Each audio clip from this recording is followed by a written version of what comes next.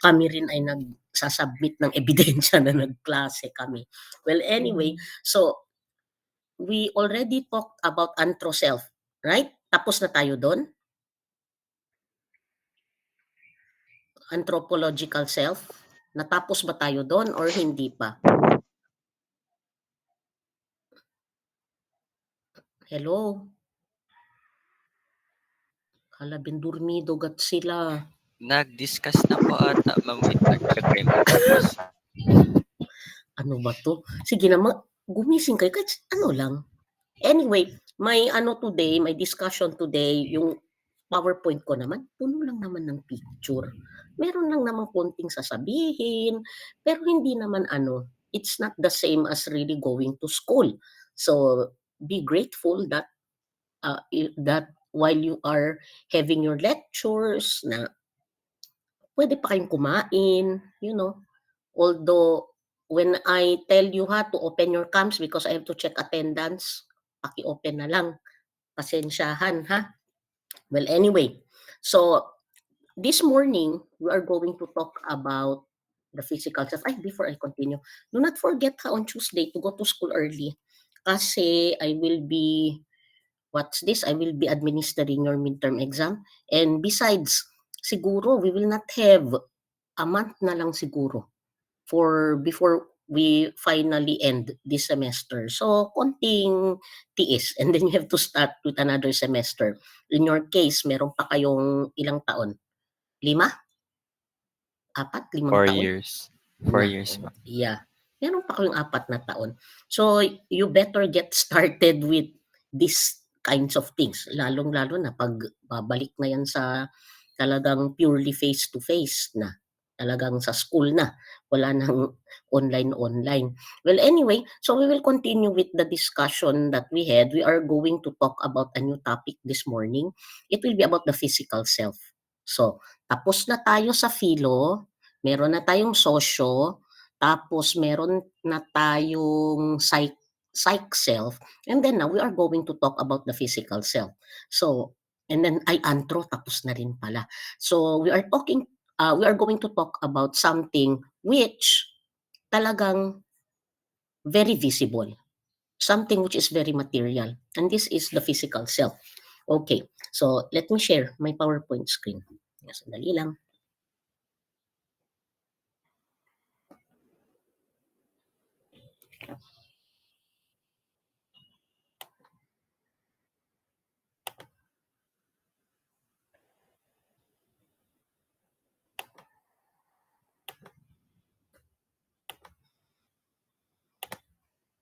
Okay, so we have the Vitruvian Man by Da Vinci.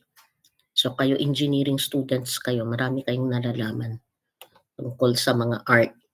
Okay, now let me see. Nina, sandali lang.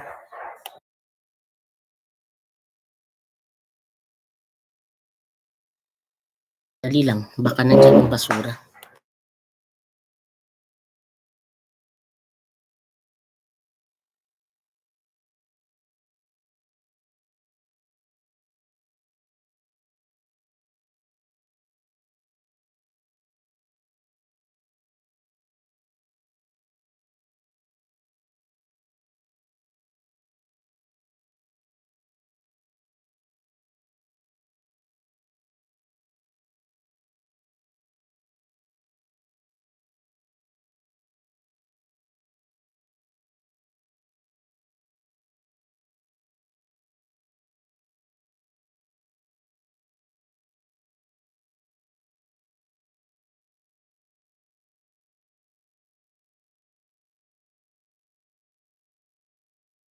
Nakamute po kayo, ma'am.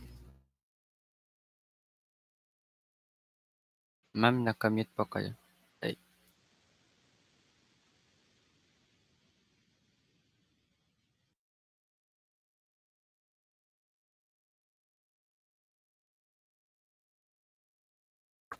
Ma'am, nakamute po.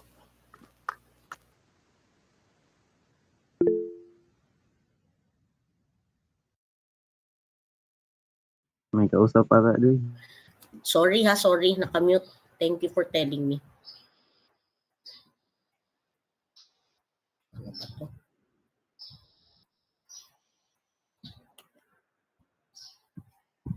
Okay. So, we are going to talk about the physical self today. And I have already told you that pag face-to-face yung klase, I always ask these two questions. I always ask them na what part of your body do you like the least and what part of your body do you like the most. And then I said that from experience, when I asked this from my classes, my students would have a longer time in answering the first question, no, the second question.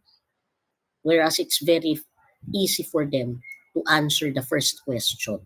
Ewan ko kung bakit. All they see are the flows that they have in their bodies. Pero alam nyo, ano kasi yan eh, subjective kasi when it comes to say our perception of our physical body, especially when we talk about what they like the least and what they like the most. So para itong mga standards of beauty, itong questions na ito. Well, anyway, when you talk about the physical self, it refers to the tangible aspects of the individual. So, when you say tangible, ito na yung sinasabi, it can be seen and it can be touched. And when you talk about the physical self, it is the one with figure. So ito yung sinasabi natin, the physical body. If you remember the discussion that we had, Maurice Merleau-Ponty said that the body is merely a vessel. So ibig sabihin, siya yung may contour, siya yung may forma. And then what is inside there, maybe the mental faculties or maybe what Aristotle and the other triumvirate call the soul. Okay? So siya lang ang nagho-hold ng something which is intangible. And besides being seen and being touched, it is also the one that feels pain. We may often say na masakit yung feeling mo dahil say merong nangyaring masama or naiwanan ka, 'di ba? Actually, when you talk about masakit yung feeling mo, hindi naman masakit yung emotion. What is manifested is something that is, triggered by the body. Yun ang nasasaktan. Kaya nga sinasabi natin na we always have to take care of our body. Dahil ito yung nasisira. Hindi ba? More than, nasisira rin, oo. Kung you will be talking about your soul or you will be talking about the mind, meron din nasisira. But, when it comes to the physical body, you can actually see that it is slowly, destroyed in front of your eyes. Epekto ng nasisirang body or ng body na may sakit, yung nangyayari sa utak ng tao. When you do not take care of your body, you do not also take care of your mind. And then we have, ano ba yung mga standards of beauty natin? So sabi ko nga, puno lang naman ito ng pictures eh.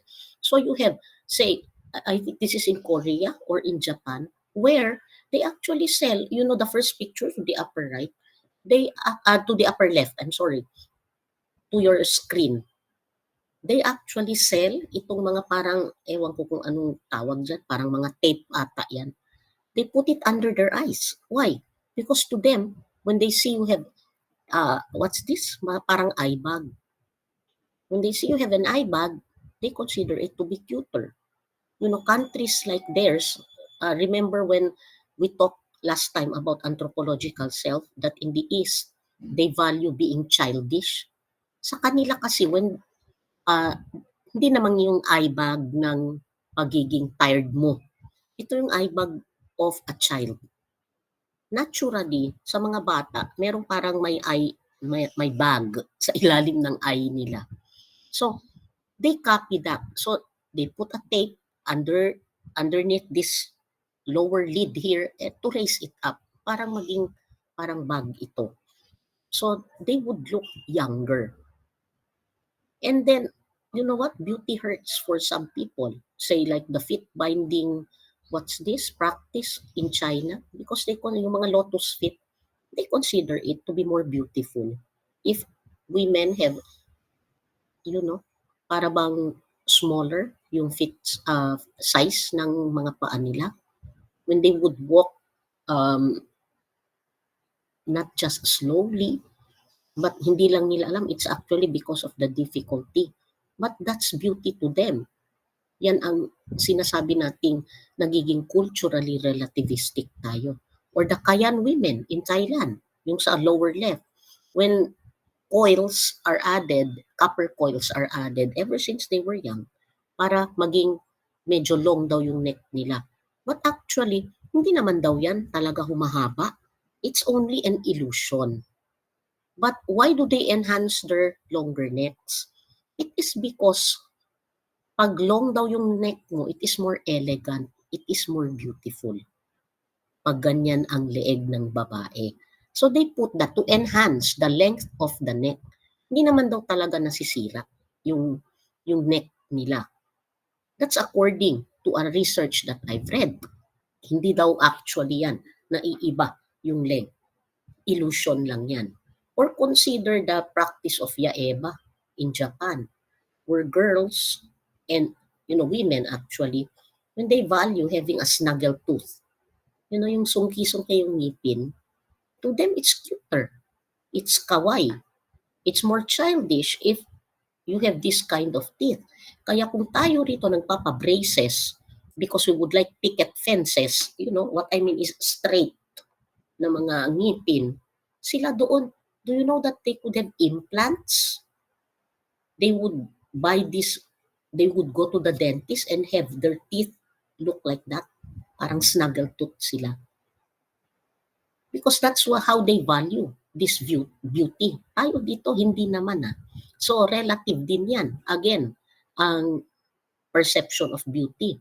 Or consider these things in the modern times.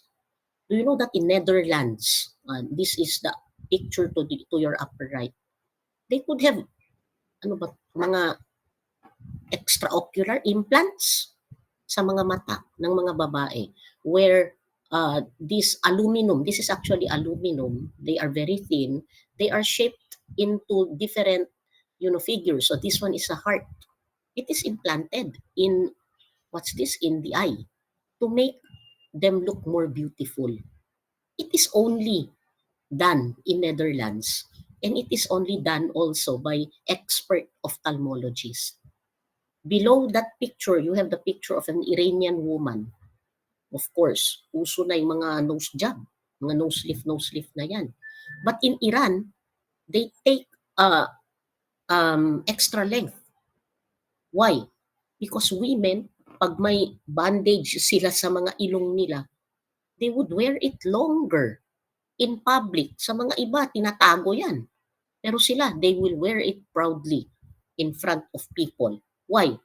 Kasi para sa kanila, it's not just a beauty mark.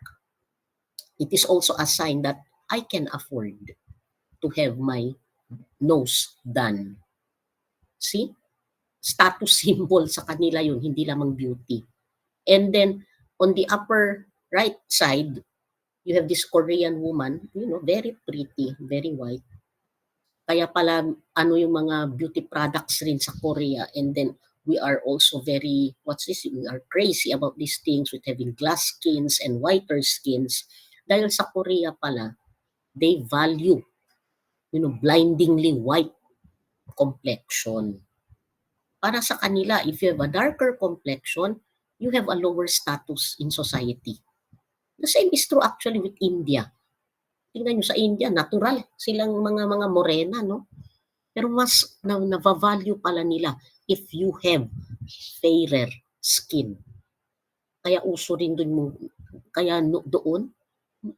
plenty of women would like fairer skin. I think the same is true naman dito sa Pinas. Di ba? So, sa Korea, they really value white skin. And you know what? I like this country, France. I hope that many people will have their kind of mindset when it comes to their beauty standards. Kasi sila, they will not hide behind their makeups. They will not hide their acne. They will not hide their scars on their faces because for them, it is beautiful. It's who you are. and then you have to show it to people naturally. So this girl, she's also beautiful naman. Pero she did not hide her freckles. She showed it. France. So I hope that the same mindset goes for many people. Yung bang, be true to yourself. Why do you have to hide behind, tons of makeup? And then we have, of course, itong concept of the body image. Kasi, alam nyo, yung body image will actually affect our mental health. Kung ano yung tingin natin sa sarili natin, physically, or yung bodily wise. Ano yung tingin natin sa sarili natin? When you talk about body image, is how you think and feel about your body. It has become a topic of some mental health international conferences, itong body image. So kayo, dahil bata pa kayo, I would like to talk about the adolescent's body image and includes the following. Number 1, perception of their physical self when they look in the mirror. What do you see? Do you like it? The feelings of likes or dislikes about the physical self that they see. Their thoughts and how they relate to their physical self. Sometimes people do not like the way that they look, but they would like it to be changed. Fortunately, sa panahon ngayon, pwede nang i-change. Pero you know what? The way that you look at yourself will contribute to your self-esteem. Do you like what you see? How worthy are you? If I say that I do not like my color, di ba? Doesn't it affect my self-esteem? Will it not make me insecure to go out in public because I do not like my complexion? And then, of course, lastly, you have the perception of how other people view them physically. Sa tingin ninyo, ano yung opinion ng ibang tao tungkol sa sarili ninyo? There is a commercial sa Dove where people view themselves actually very negatively. Na hindi sila maganda, na pangit ang buhok nila, na hindi kaaya-aya yung kulay nila. But when other people are asked, they are actually more beautiful than they expect themselves to be. See? Pero depende yan eh. Ano ba yung naririnig ninyo sa mga tao? How do they react with your, physical appearance? There is a commercial for Dove. Later on, I will try to upload it if I can still find it. And then I would like you to reflect on it. And then we also have what's the relationship of media to our concept of beauty. So sinasabi ko rito na we've long understood that movies, magazines, and televisions damage teens' body by enforcing a thin ideal. So nakikita natin yan. Do we see plenty of non-thin people na actresses or in advertisements? So social media has also become a toxic mirror na. Totoo yun. Visual platforms like Facebook, Instagram, and for some of you, if you have Snapchat, they deliver tools that allow users to earn approval for their appearance and compare themselves to others. Thanks to an array of free applications na selfieholics now have the power to alter their bodies in pictures in a way that's practically at par with makeup and other beauty products. Yes. In fact, I was amazed.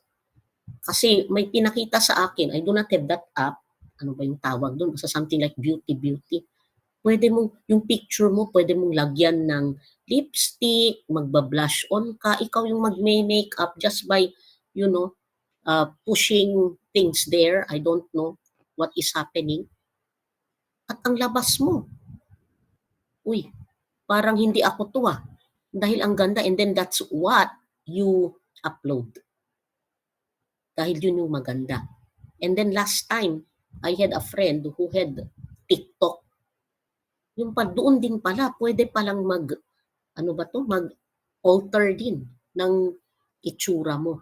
In fact, she said, you download TikTok and then you have this. Kaya pala sa TikTok, ang daming sexy, ang daming maganda. Dahil pala doon, siguro lang naman. But then I do not doubt that these things happen. Kasi sabi niya sa akin, tingnan mo ito, friend daw niya. Sabi ko, maganda yan. Sabi niya, Do you know that she is 63? I said, what? And then 63 na daw yun. But in the picture, she looked half younger than her 63 years. Sabi ko, ba't niya niloloko yung mga tao? Ba't hindi niya pinapakita yung sarili niyang totoo?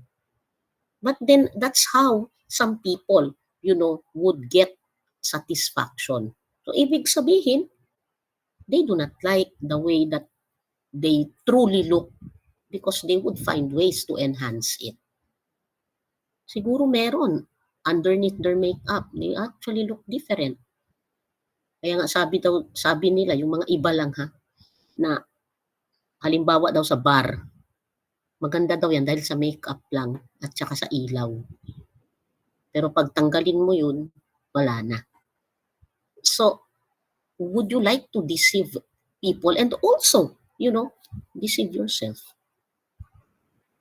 Dahil forever kang hindi makukontento, lalong-lalo na if you do not have the means, to change yourself.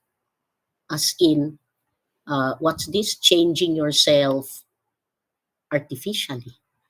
And then I just got this body image statistics from the net, and then it says that 80% of women, so it's 80% of women say that the images of women on television and in movies and fashion magazines and advertising makes them feel insecure.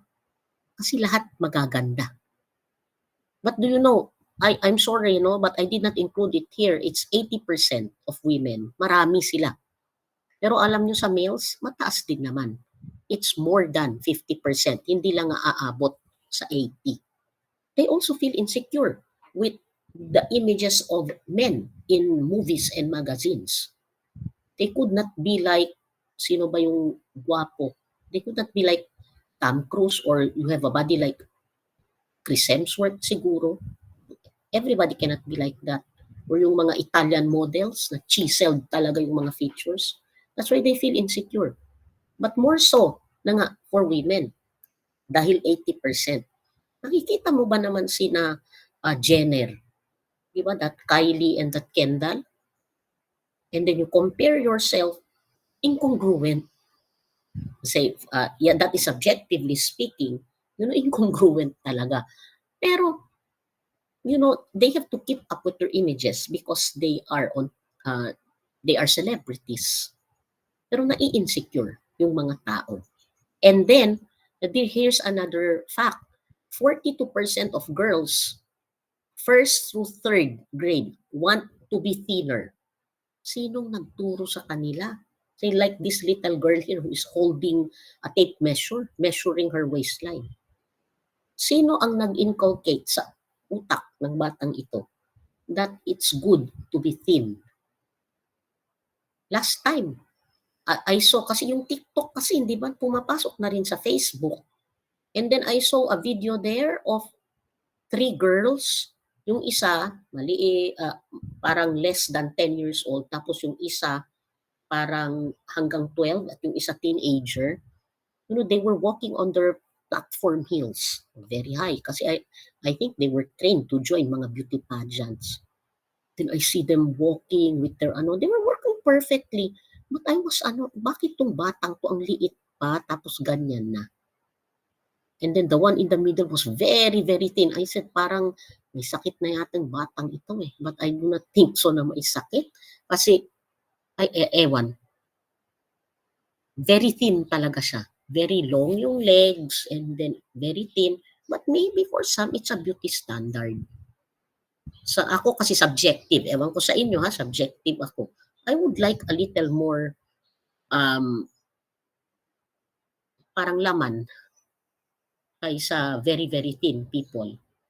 Okay. And then, sabi nga nila, yung media, yung mga toys, they actually affect yung beauty perception of girls and boys ever since they were young. So until you grow up, you bring it with you.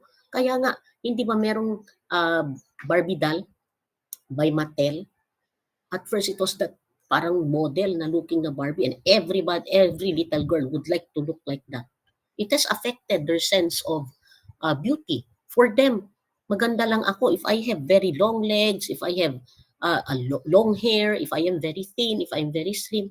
Because of that, Barbie has, Mattel, I'm sorry, the producer of Barbie has released yung mga dolls which may have different body types. So, merong voluptuous, merong medyo pandak na Barbie, merong ng handicapped para hindi maiba yung mga ibang bata, including the dolls for the male child. Meron din pala, although it's not common sa atin, meron din pala yan. Pwedeng maglaro ng dolls ang mga lalaki. So, tingnan nyo yung male version ni Barbie, si Ken, with the six-pack abs and everything.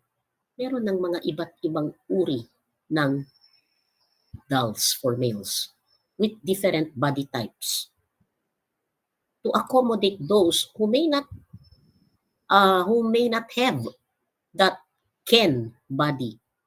Para hindi naman sabihin ng mga walang Ken na body na hindi sila included sa population. See? By the way, FYI lang, ngayon yung best-selling na dolls, hindi na daw Barbie. It's Frozen. Okay.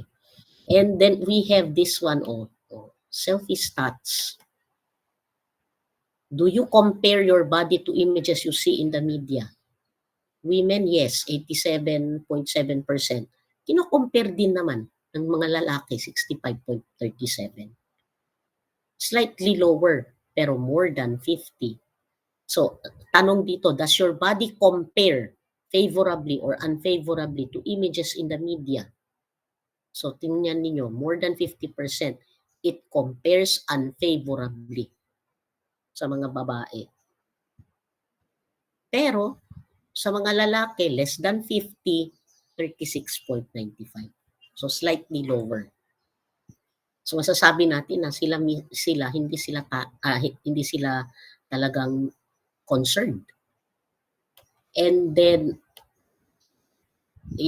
it's just a cartoon quip.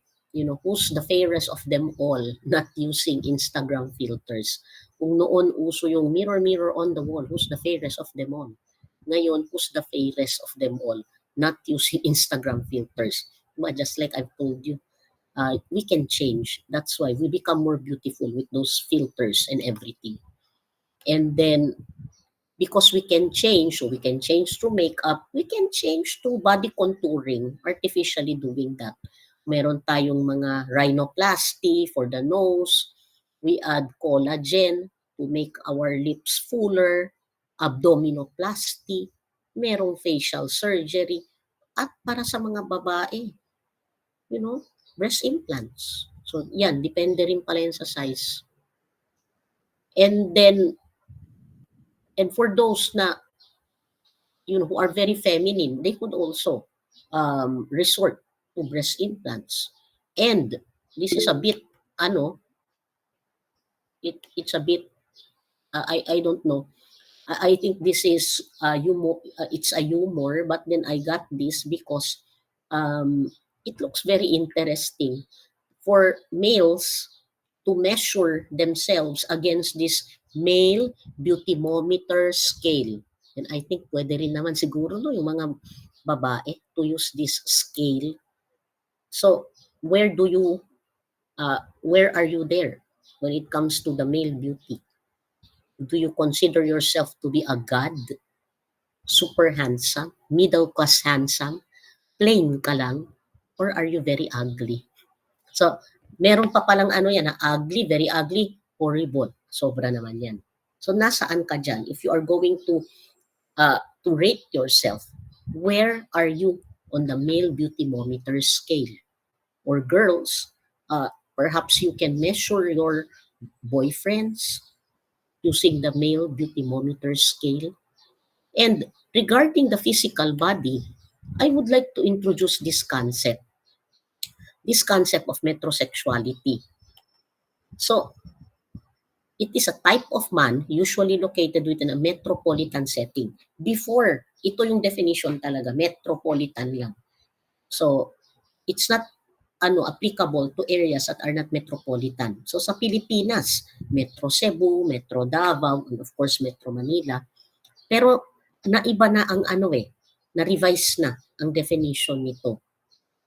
So it refers to the males who devote a lot of time to beautifying his body and spending considerable, amounts of money on contemporary fashion. If you can afford it, why not? These men, they prefer branded clothes. They would have their manicures and their pedicures. So what's bad about that? They would put night creams before they go to sleep because they are very concerned about their bodies. May not necessarily be gays, even yung mga non-gays could be metrosexuals. Now, I don't know about us, di ba mga Pinoy, how would you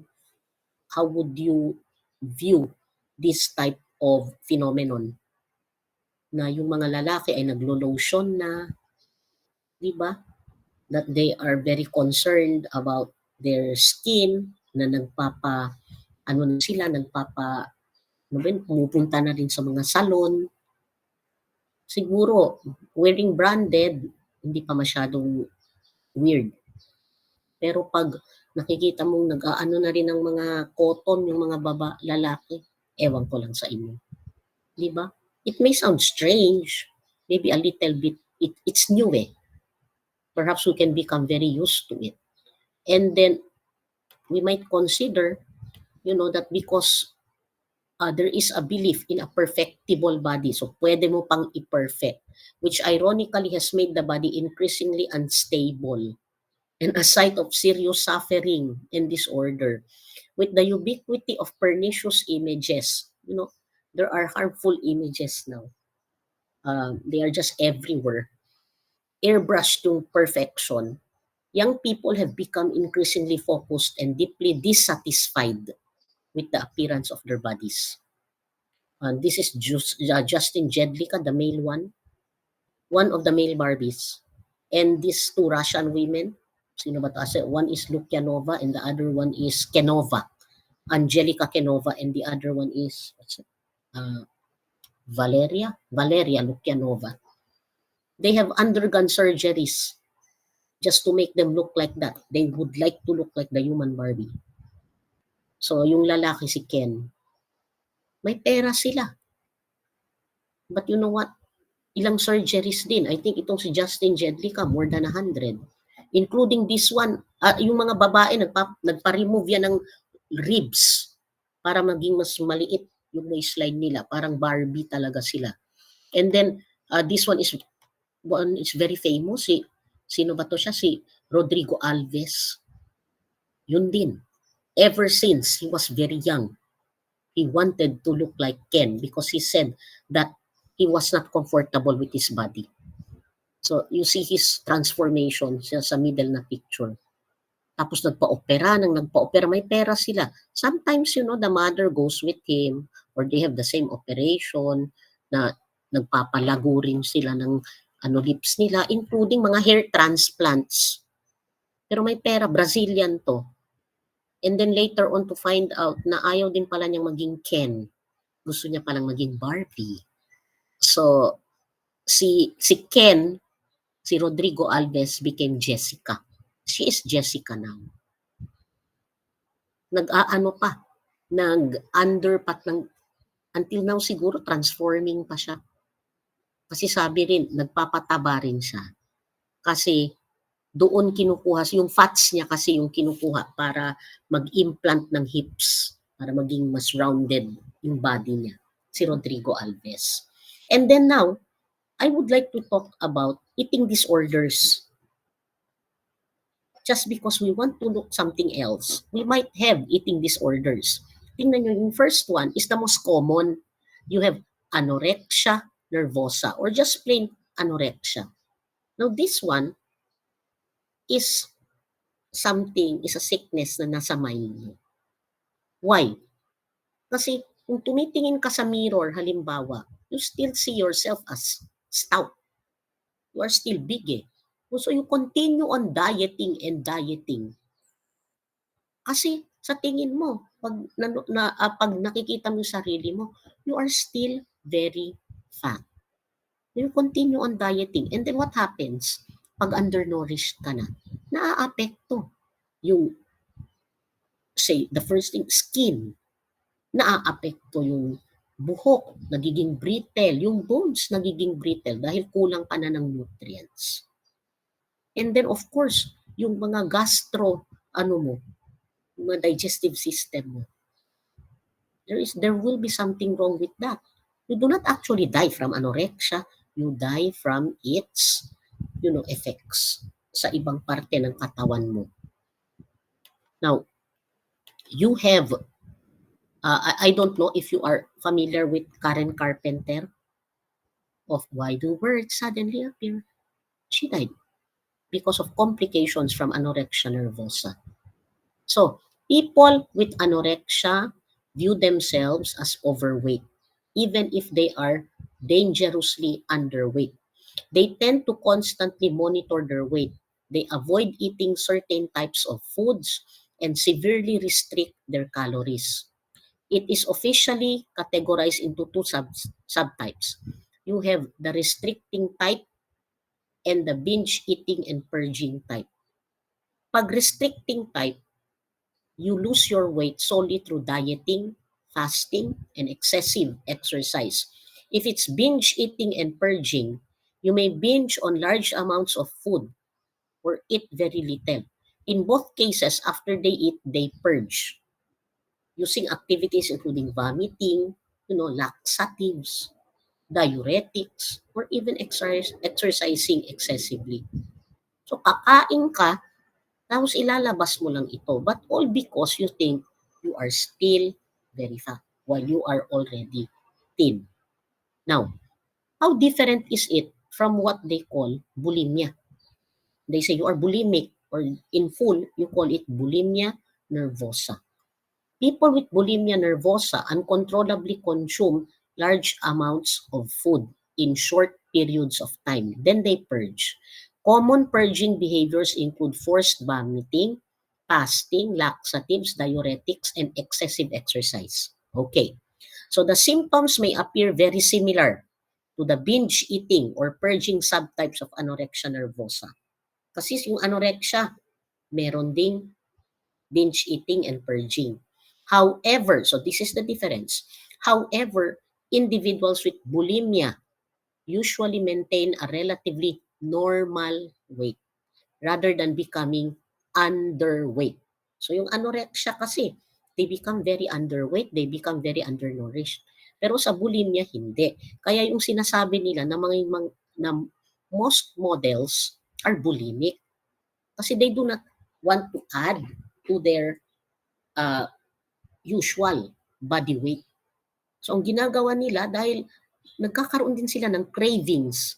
So, kumakain sila, pero afterwards, they, you know what is done, what's this? They activate yung gag reflex nila.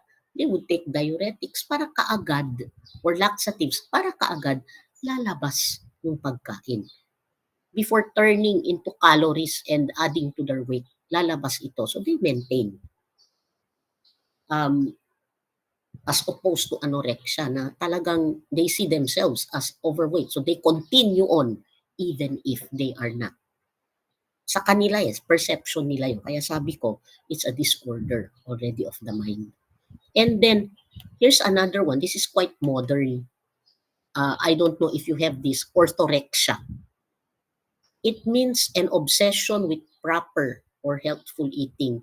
People with orthorexia become so fixated on so-called healthy eating that they actually damage their own well-being. So anong ginagawa ng mga orthorexic? Number one, compulsive checking of ingredients list and nutritional labels. Yeah, I know some of these people. Yung bang, hay, quanto calories? I say, hay. Ilang wag yan, kasi sobra ang sodium. Ito lang, dahil organic. See? And increased concern about the health of ingredients. Okay naman, hindi ba? Wag yan, kasi maraming preservatives. And then, pero increase nga yung concern. Cutting out and increasing number of food groups. no, o all sugar, all carbs. So, yung mga no carb diet, all dairy, all meat, all animal products, tanggalin sa diet. And then, an inability to eat anything but a narrow group of foods that are deemed healthy or pure. And then, unusual interest in the health of what others are eating. By the way, before I go to this, to the next, ito bang inability to eat anything but a narrow group of foods? I saw a movie once and then sabi ng babae, I am a fruitarian. And then when asked, kasi I know about the vegetarian and ano, sabi niya fruitarian. And then yung mga actors on, what's a fruitarian? Kinakain lang nila yung prutas na nahulog na. They do not pick fruits because they believe that the fruit has a life. So, yun lang nahulog na, they're already dead. So, we can already eat them. Dahil kung kakainin daw nila yun straight from the tree, kinukuha sa tree, or kinukuha sa ano daw yun, murder. You know, that's a very weird, concept. But that's how some people are. And then, spending hours per day thinking about what food might be served at upcoming events. And then showing high levels of distress when safe or healthy foods aren't available. Natang panic ya. Dahil walang supply yung dapat kainin nila. And then of course, obsessive following of food and healthy lifestyle blogs. And this is common now, especially with the internet. And some of you might have BDD, or the body dysmorphic disorder. It is a serious mental health condition characterized by a preoccupation with one or more flaws in appearance. These flaws are often minor or even non-existent, leading some to call BDD imagined ugliness.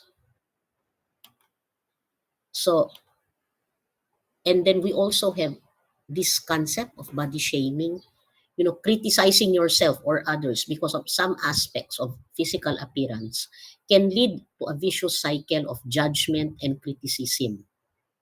So, hindi lang pala external yung galing sa iba na kinukutya ka, pati ikaw, ayaw mo sa sarili mo. Messages from the media and from each other often imply that we should want to change, that we should care about looking slimmer, smaller, and tanner. Body shaming manifests in many ways. Number one, criticizing your own appearance through a judgment or comparison to another person. Buti pa siya, matangkad. Buti pa siya, maputi. Buti pa siya, ang ganda ng buhok niya. Compared sa buhok ko na talagang hindi ko maayos. See? Criticizing another's appearance in front of them. Please never do that. And number three, criticizing another's appearance without their knowledge. So, tabi siya. Sa vernacular pa, tabi siya kita hente. Dahil sa itsura niya. Even if the person doesn't know, kahit tayo-tayo lang, still, it is body shaming. And this one, I've said that the way that we look at our bodies affect our self-esteem. And ultimately, it affects our mental health. Can we function well because we are not comfortable with our physical body? I think it is not, it is very hard to do that. To be able to function well, to be able to function normally, to concentrate well, to focus on our work well, we must not be encumbered by, yung image natin sa body natin na ayaw natin. Kaya yung mga iba, just to have a higher self-esteem, if they do not like their perceptions of their bodies, they have it changed if they can afford. Kaya sabi ko, there is no limit to what you can change siguro. Siguro lang. Basta may pera kayo. But please, always, always look at the long-term effect. Kasi yung mga iba nga, sabi nila, it might cause skin cancer. It might cause, mga disorders sa body mo if you always have your body change. Kasi hindi na normal yung processing niya dahil may iba't ibang changes na. And so, on a final note, ito, ilagay ko lang dito. It's a big mistake to base beauty on someone else's standards just because they would like us to look that way. People are different and each one is uniquely beautiful. So kaya sabi dito, whatever, I'm always gorgeous. I think this one is a very good, mantra. Parang ulit-ulitin natin that I'm beautiful in my own way. Bahala yung iba. And then this one is a quote from The Little Prince. I hope you read that already by Antoine de Saint-Exupéry. Sabi niya dito, it is only with the heart that one can see rightly. What is essential is invisible to the eye. I really like this quote. Beauty is in the eye of the beholder. And sometimes it may be our own eyes. Diba? How do we look at our bodies? So, nasa sa atin na yan. How we assess yung katawan natin. Do we like what we see or don't we? Do we like to change? Can we? Just to make us feel better? Okay. So that would be all for this morning class. Thank you very much. Ngayon na, mag-check pa pala ako ng attendance. Okay? So, let me see. Ito. Okay. Let me see. Ayun na. So, I have a good attendance this morning. There are 26 people including me. So, mga 4 yung absent. Kasi 29 man. Yung saan na. Okay. Now, let me read today's attendance.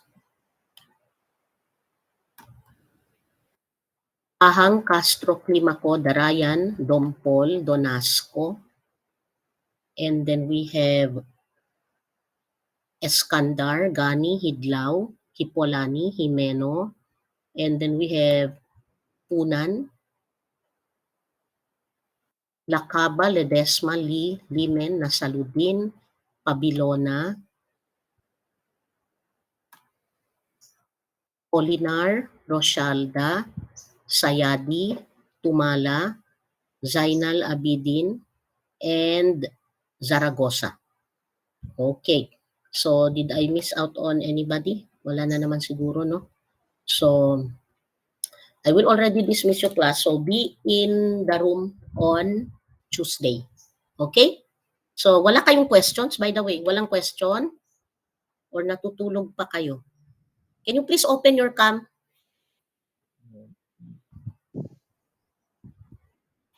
May nag-leave na after I read his name, he left the group. So, Esteo Araman Base. Okay. Okay na. May nag-leave ng group. Okay. So, thank you very much, class. See you on Tuesday. Bye, ma'am. Thank you. Bye, ma'am. Okay. Good Thank morning. you. Bye, ma'am. Bye, Thank you, ma'am. ma'am. Good morning. Okay. Bye, Love ma'am. you.